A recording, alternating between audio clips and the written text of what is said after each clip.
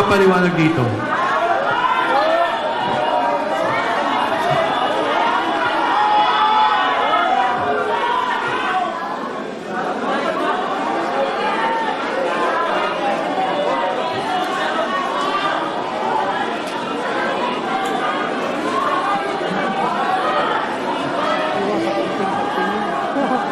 Sino yung mga nasa likod na mga naka-vest? Sige, go, Sarge. Yan po sir yung mga empleyado sir ng Magsi sir. Nang? Magsi, na pagmamayari ni Boss Saldico. Pakiulit, Marge. Yan po sir yung mga empleyado ng Magsi na tinatawag na Mercedes Aviation and Development Corporation. Okay, thank you. Fast forward na natin.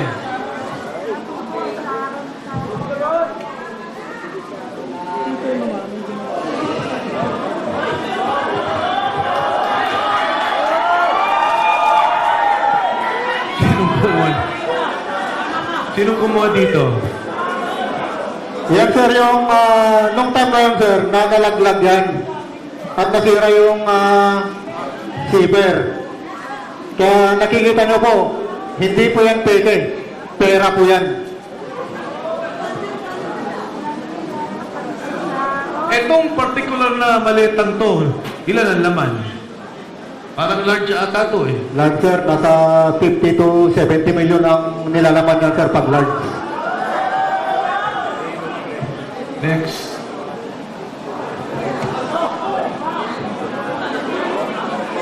Sinong mag... Bahay po yan ni...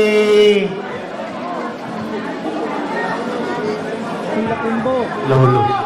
Bahay po sir ni ano yan, ni Ma'am Kimbo Sila Kimbo. Doon sa may Chirapura po sa Quezon City po. Yan po yung nagdala kami ng siyam na malita na 8 saka isang medium size.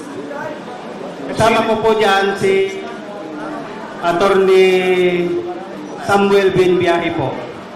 Staff Saka din po ni... yung secretary ni Ma'am Sila Kimbo po yung babae mo. Sir. So si Attorney Henry kay Congressman Saldico. Yan po si Attorney Samuel Binbiyahe po. Samuel Benbiahe. Opo, sir. Staff ni Attorney ni Congressman Saldico. Opo, sir. Yan lang po, sir. Ano to?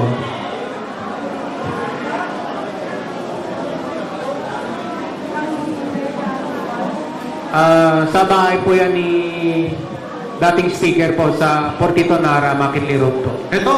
Yes, sir. Kanino? Portito, Makitli Road. Sa loob po yan ng bahay, sir.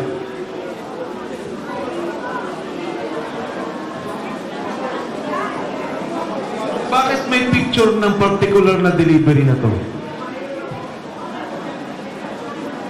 Sino bang kumuha dito? Kasama po namin nung gumawa dyan, sir, pero hindi kasama dito sa 18. Mga benting maleta. Yes, sir. Opo, sir. Pero mababa pa yan, sir. Mataas dyan, 25 to 30 na, sir. Sino ang Hanggang 50. sumasalubong sa inyo sa bahay ni Speaker Martin Romualdez? Yung mayordomo niya, sir, si Ate Jocelyn.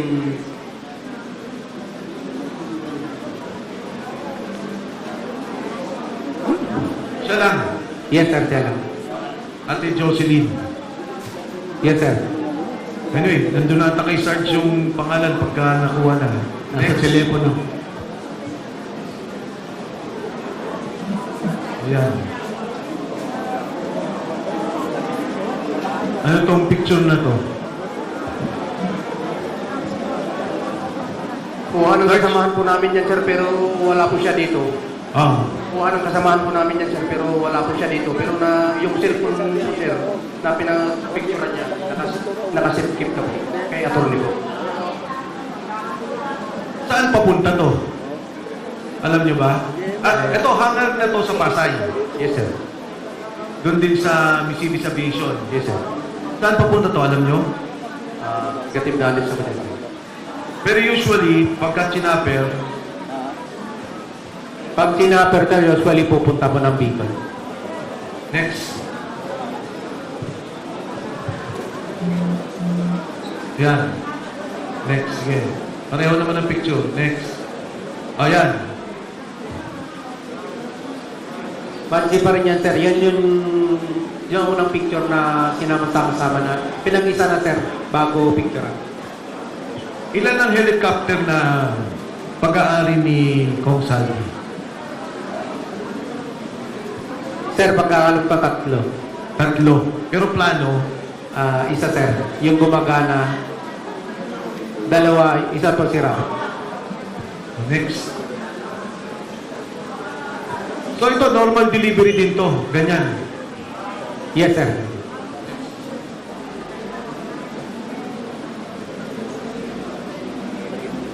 Next. Yan, ano to? Kasama din yan, sir, dun sa pag-picture kanina ng marami. Pagbabala po yan, sir. Saan to? Sa Manila? Sa entrance din, sir, ng Magsi. Papasok to bale. Yes, sir. Pakarga pa lang. O, next. Ayan. Next. Eto, karga ulit to. Kasama din yan, sir.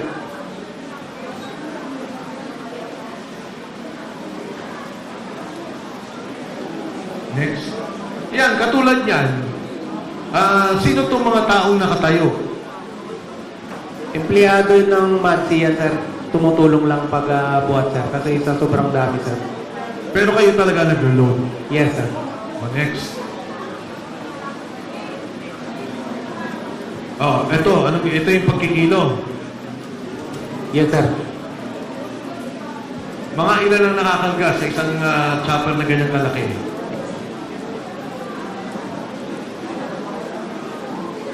$10 to $15, sir. Dalawang chopper yan, sir. So, kung sobra, hatiin nila, sir. Next. Pareho din po, no? Ito yung proseso ng pagkarga. Etong pagkarga ninyo pauwi ng Bicol, linggo-linggo to o hindi naman?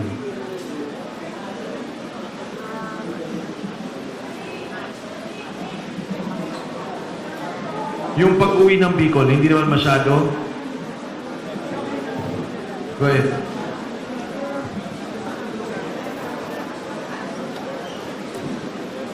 Bali, yung doon po sir sa Bicol sir, 6 na buwan ako doon sir, kasi doon sir, 3 kami nagbabantay doon sir, ng mga maliit ang pera.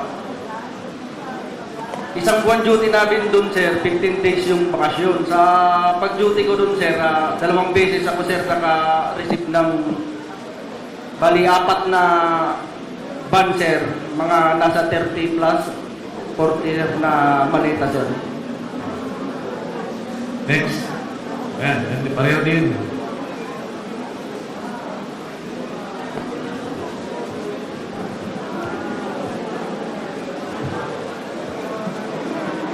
Okay, ano to? Pareho pa rin, ano? Yan pa rin chopper. Okay, next. Yan. Ganyan pala mismo. Ilan ang sakay nitong security?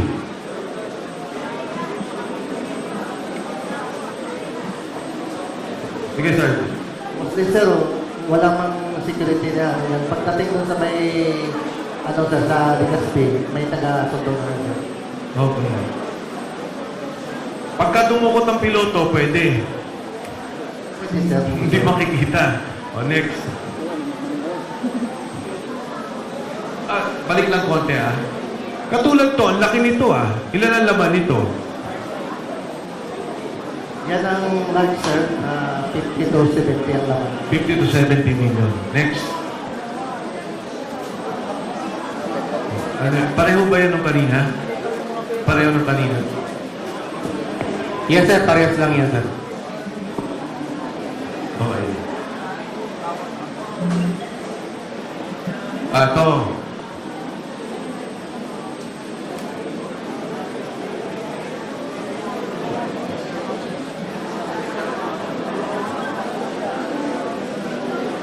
Sino maaari magkwento tungkol dito? Ako sir. Okay. Tayo ka para marinig ka nila. Bali, ako po yung kumuha ng video niya, sir. Sa bahay po ni... Ano lang yung mic na. Sa bahay po ni dating speaker, Martin Romantes po, sir. Bali, kasama ko po dyan, sir, si John Paul Estrada at saka yung mga kasama kong security. Pero yung iba, sir, wala dito. Yung iba nandito. Pero yung wala, babanggitin ko po. Bali, kasama ko dyan si Lubin Padilla, Marlon Sherwintan at saka si Mario Sumay at saka yung isang kapatid namin si Ranji Paga. Ano yun lang natin, klaro natin ha, bahay ni... Dating speaker, sir, si Martin Romualdez po. Saan parte ng bahayan? Number 42, McKinley, North Forbes Park, sir. Okay, sino yung nakaasul? Si John Paul Estrada, sir. Sino naman yung nakaitim? Bali, yung pagdating namin dyan, sir, yung kalbo, sir, yung nakaitim, nandyan ako siya, sir, naglantay sa bahay ni dating speaker.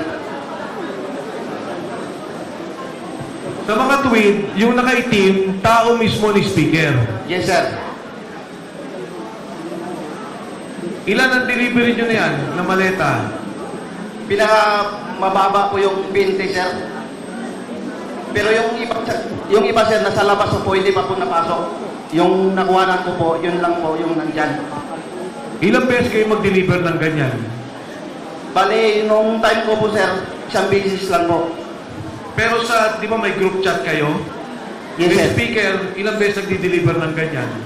Bali, sa isang linggo, sir, 3 beses or 4. Tapos ganyan na lang ang bilangan.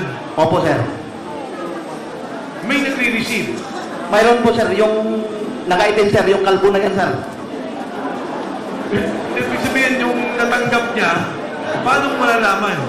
Bali, yung nakaitim, sir, at saka yung sipon, sila na po usap, sir. Etong nakaitim at si Jan. Opo, sir. Sino pang kasama dito? Bali, may pinirmahan po yan, sir, nung nakaitim, sir, si, yung kausap ni Paul, John Paul, may receiving copy. Ito ho yung isang example ng video na napakahalaga. At nangyayari daw ho to, 3 beses ang linggo. So, siguro Sarge, kayo na magkwento. Go ahead. Sino yung dalawa? Nakasama dito.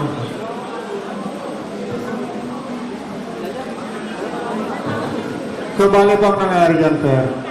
From Horizon Homes, sa unit ni Boss Aldi, Unit 56 CD, ibababa po namin papuntang basement 3. Then, isasakay po namin sa mga sasakyan. Then, saka po namin i-deliver. Yun po yung kalakaran po, sir. Nung una po yan, ang malimit po na pinagbababaan po ay doon po sa lobby. Pero sa dami ng mga tao na nakakakita, so nagpasya po sila na ilipat po sa basement 3 ng Horizon Homes. At doon po inaakyat at binababa ang mga maleta na nanggagaling sa kaban ng bayan. Yan po yung kalakaran po na ginagawa po namin. Yan po yung trabaho namin.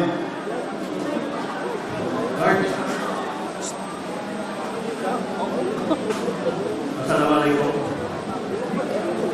Ako isa po dyan sa nag-deliver ko sa baka ko rin sa Highlands. Bali yung entrance si dating speaker sa Portico McKinley, ngayon po ay sirado na. Kung napapansin yung dadaan may doon wala na. Pagpasok ng sa entrance may guard, pagpasok na yan may parang rotonda. Pagpasok sa rotonda, pag-drop namin, yan na yung papasok. Yun na po yung karanasan ko po dyan sa, sa deliver po. Salamat. Thank you. May gusto ko bang idagdag? Next tayo. Ito yung tao. Kilala niyo yung pangalan? Sarge? Nare-recall ninyo? Hindi po, sir. Hindi ko po nakuha yung pangalan, sir. Pero pag nakita mo siya, ma-identify mo. Yes, sir. Tao siya ni Speaker. Yes, sir. Hindi siya military. Hindi po, sir. Civilian po. Next.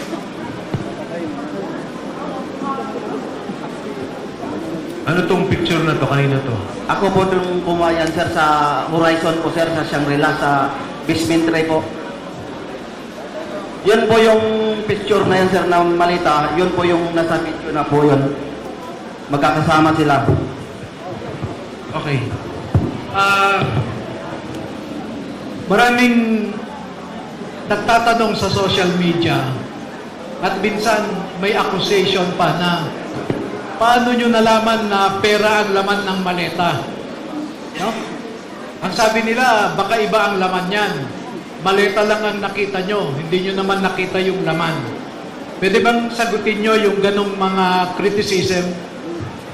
Sir, para masagot po yung tanong na yan, doon pa lang sa taas, sir, sasabihan ka na ng executive assistant na ingatan yung maleta na yan dahil basura ang laman.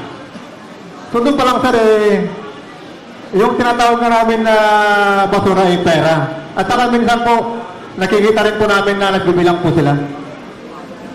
Madagdag ko lang din, sir. Hindi naman siguro kailangan ng security at saka bulletproof na mga sasakyan kung sayote siguro laman ng maleta. Pero dahil sa pera po, kailangan po ng maraming security at saka bulletproof na sasakyan. Okay. Doon sa mga affidavit nyo, maging kay Sergeant Gotesa, kinikwento niya yung sa Valle Verde. Pwede bang ikwento niyo yung buong proseso ng delivery para lang malinaw? Yung nakakaalam nung nagiging buong proseso ng delivery, paano ba yung unang bilangan? Sige, go ahead. Ako, sir, nakasaksi ako isang visit. Kasama ko si Mark saka dalawang security. Ngayon, si Mark lang nag-iisa. Sabi ko, Mark, ikaw lang mag-isa. Tulungan na kita magbilang. Mga ano lang yun, sir, mga 8 malita. Tapos, dun sa loob ng Valle Verde, pumasok ako, tinulungan ko siya ng pagbilang. Madali lang ang pagbilang, sir, yung 1M, naka-lastigo siya, nakatali. Yung pagbilang, sir, by 1M. Sa isang malita, sir, mga 40 to 50 ang ilalagay. Okay. So, sa Valle Verde, ang umpisa, Yes, sir. Kapag may delivery doon sa Valle Verde, bibilangin muna ng mag-receive sila ni Mark Tigsay o kaya si John Paul Estrada. Pagkatapos noon, dadalhin sa Horizon Homes. Yakyat doon sa 56 sa condo unit ni boss. Pagkatapos noon, mga ilang araw, bababa naman, i-deliver. okay. Sige, go ahead. So, maliban doon sa, sir, from Valle Verde, mayroon din po, sir, minsan nanggagaling sa mga bangko. Like, BDO, Land Bank, at saka PBCOM, sir. So, from sa mga bangko na yan, minsan, from bangko, dinadala sa opisina ng Sunwest Incorporated. Diyan sa may Tech-Type Building. Then, meron din po nangyayari, from bangko, dinadala po mismo doon sa Horizon Homes, sa unit nila, Boss Salvi po. So, ang ibig nyo sabihin, merong nagdadala ng pera sa Valle Verde.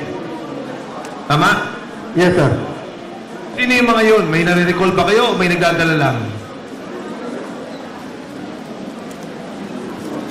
Ang naalala ko, sir, yung natandaan ko yung... Hindi kailangan may pangalan. Kasi nung naalala ko, yung binanggit ni Orly, sabi niya si Congressman Eric Yap, nakita niya. Isa lang naman yung nabanggit niya, yung iba hindi daw niya kilala. Pero sabi niya, doon daw ang bagsakan ng pera. Totoo po yan, sir. Doon po yung pinaka-hub delivery point doon sa 28 Dragonfly Corner Ladybug sa Valle Verde 6 sa bahay ni Boss Salvi. Sarge. Sir, yatandaan ko yung nag-deliver doon sa Valle Verde po. Yung si Congressman Garjola po. Pero hindi siya deliver yung mga tao na lang. Nag-deliver ng pera. Paano mo nalaman kay Kong Garjola? Kasi po, dati ako nakatrabaho doon, nakilala ko yung driver, tapos yung nag-deliver po. Okay, magmula Valle Verde, dadalhin sa Horizon. Binanggit mo, bangko. Bangko. Yes, sir. Magkano yung mga withdrawal na yan? Minsan, sir, nag-withdraw kami ng, mayroon minsan, 2 maleta, 4 na maleta, 5 maleta, ganun po, sir.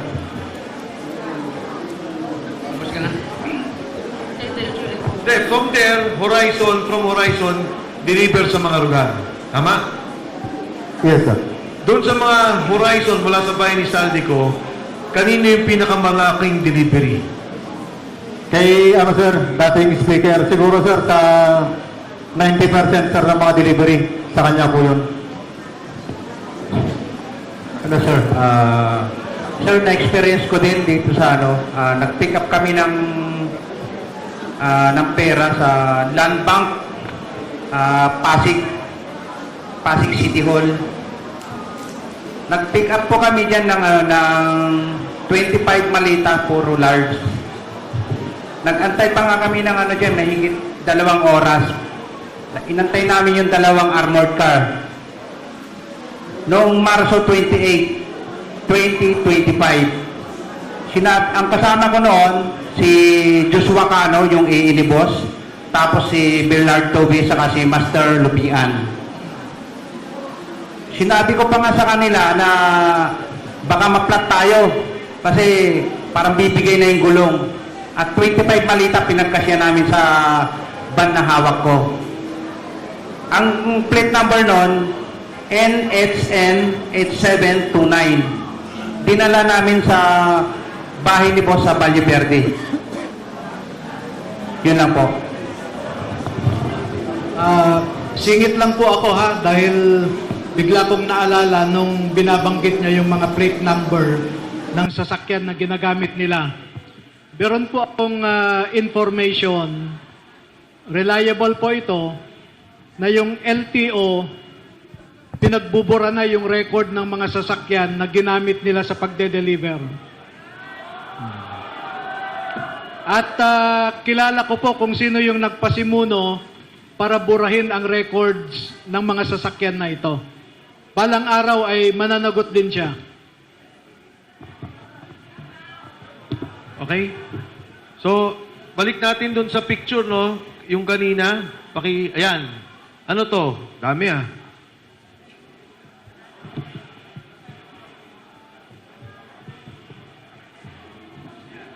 Paki-describe kahit sino.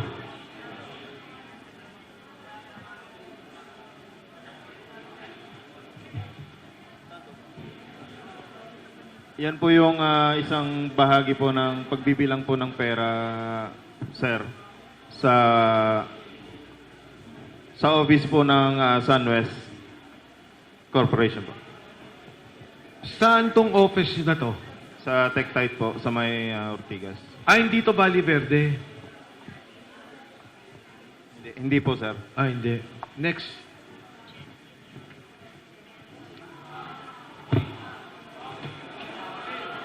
Saan to?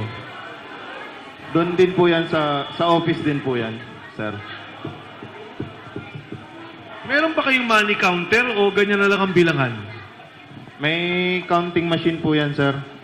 Marami po yan, sir. Hindi lang nahagip sa kwan. Pero minsan, sir, ang kwan kasi niyan, sir, per bundle po, 1 milyon na po yon. Bundle-bundle na po yung bilang, sir. Eto, tanong lang, may mga oras ba na nababawasan yung pera sa pag-deliver sa inyo? Pag-deliver ninyo? Kunyari, magre-reklamo kay Mark o kay Paul, kulang. Meron sir, nagre-reklamo yung kay Kong Romualdez po na minsan kulang po yung delivery. Magkano daw kulang? Hindi ko lang kung magkano sir, million din nawawala sir. Isang beses lang nangyari yun? Hindi lang isang beses, sir. Bawat delivery po kulang.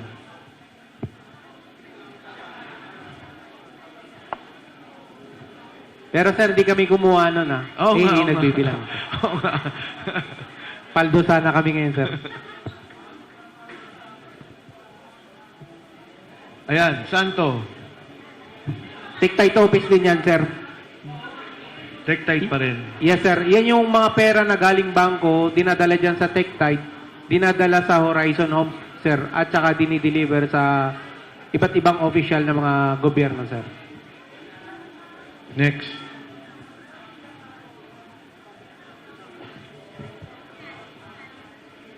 Sir, yan sa building ni Senator Soto.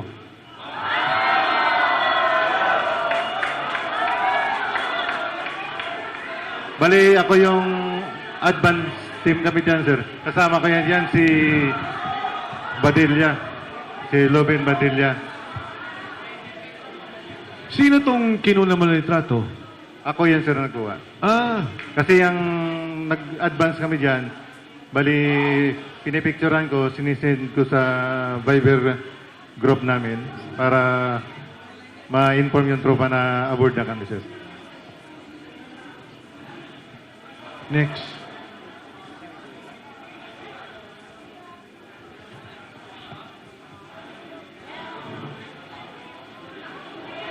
Tore, oh, tore, oh.